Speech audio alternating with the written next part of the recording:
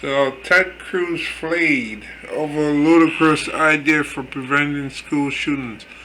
This is a man who attended Harvard, supposed to be one of the top schools, supposed to be smart, but many times really comes across as idiotic. I guess it takes a smart man to play the role of a fool, right? Maybe that's what it is. He can't be really this stupid. According to Senator Ted Cruz, Republican Texas, the solution to schools shootings is fewer doorways and more guns. Fewer doorways, let that sink in, and more guns. After 19 children and 2 teachers were killed at a Texas elementary school Tuesday by a man armed with an assault rifle, the state's United States Senator suggested that schools would be safer if there was only one way in or out. Let's let that sink in for a moment. Can you imagine the event of a fire, right? In the event of a fire, one way in and one way out. Can you imagine if that school is on fire and people have to evacuate? The fire alarms are going off and there's only one way in and one way out. You know what's going to happen, right? People are going to die because in the event of a fire or even a mass shooting and people trying to escape, people trample over each other, and that has happened. As a matter of fact, Walmart, when Walmart had that what you call it Black Friday out in Valley Stream, New York, Long Island, when the door opened, everybody rushed in, and at least one person died. Yeah.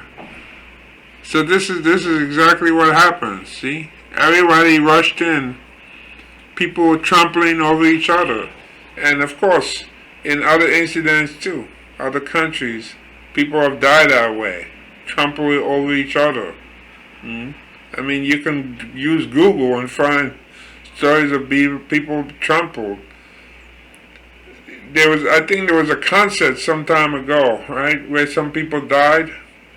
This guy was performing, and like people were so close up on the stage, and the crowd was so much that they were pushing, and next thing you know, a number of people died. Yeah, I forgot which state it was at, but anyway, that was in the news not that long ago. One of the things that everyone agreed is don't have all these unlocked back doors. Have one door into and out of the school and have armed police officers at the door. Well, he's right about unlocked back doors. I'm not sure if the door was unlocked, but that could have been a mistake or what have you. Armed police officers were at the door quite quickly thanks to several 911 calls. Those officers shot at the gunman and still did not prevent the deaths of 21 victims. Sure, because by the time you call the police, it's very easy to kill people with that type of gun. So that type of gun is really a problem. It has no place in a civil society. None. It belongs in a war zone. If that had happened, Cruz said, if those federal grants had gone to the school when that psychopath arrived, the armed police officers could have taken him out, and we'll have 19 children and 2 teachers still alive. He accused Democrats calling for gun reform of empty political posturing after a tragedy, and then immediately complained that Democrats blocked legislation he introduced nearly a decade ago that would spend 300 million on federal grants to harden schools to make them safer, with upgrades like bulletproof doors, bulletproof glass, and armed police officers. The U.S. has significantly more mass shootings than any other developed country. Some of the loosest controls over who can buy guns and what sort of firearms are allowed. Elected Republicans have repeatedly called for heightened security and mental health resources to protect children from shooting massacres, even though the data has shown again and again that the U.S. is an outlier on guns, not mental health or school security. Believe me, you can go to other countries and find people with lots of mental health problems. Yep, but you don't have this kind of school shooting, you know. And the worst you have is, especially like in China. China has school killing where somebody goes in with usually with a knife, and stab a number of children. And that kind of problem that happens in China could be solved easily. You don't make it easy for somebody who doesn't belong on school property to enter the school with a knife. You know, it's simple as that. And China has that over and over the years.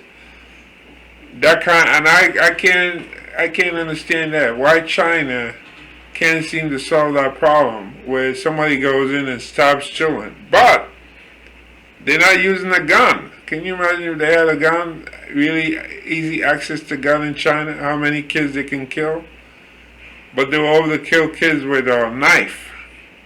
So the problem is China, for some reason, whatever, hasn't been able to stop people from entering schools with knives.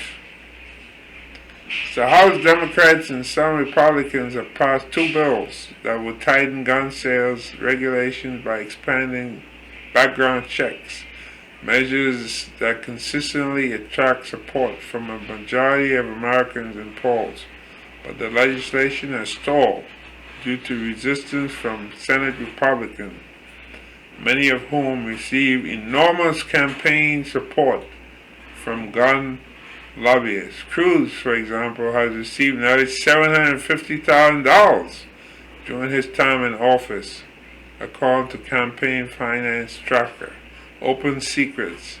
His proposal to cut back on doors instead of guns met immediate backlash online. See, George Zornick said should probably check with the fire department about this one-door plan. Haha. Yeah.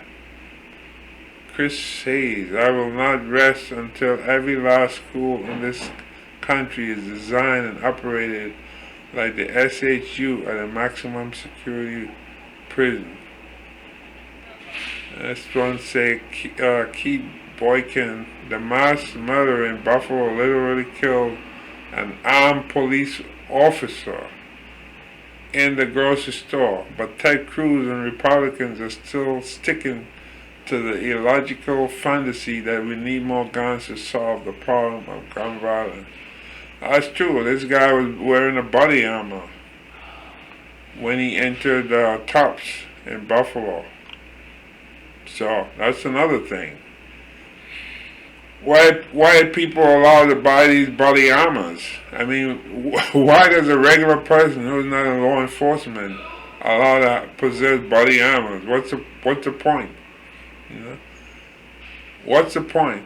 And I remember many years ago there was a bank robbery out in California. I think it might have been Burbank, or somewhere at least around Los Angeles County. And these guys were being shot at, and nothing happened. They were wearing body armor when they did that bank robbery. That was like the first time really I saw a big crime where people were wearing body armor.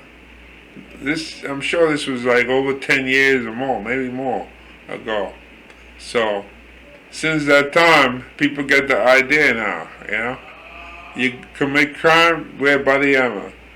The guy in, I think, Aurora, Colorado, in the cinema, when he set off a smoke bomb, started shooting people, he was wearing a body armor. You know, yeah, he had a body armor. I mean, what the hell does the average person need with a body armor? I can understand. Okay, you like guns, right? You like to go, I don't know, hunting or to the range. But where does it say in the Constitution that you need to have a body armor? No. That shouldn't even be legal. Why do you need a body armor? The whole idea of a body armor seems as though, like, it's some kind of a criminal intent, because it's like, either you are to be involved in a shootout with the police and you don't want the police to stop you. Otherwise, why would you need a body armor? You don't need it for the average crime being committed out there in the streets. No. So there is something kind of nefarious about this body armor, that people should go out and own a body armor.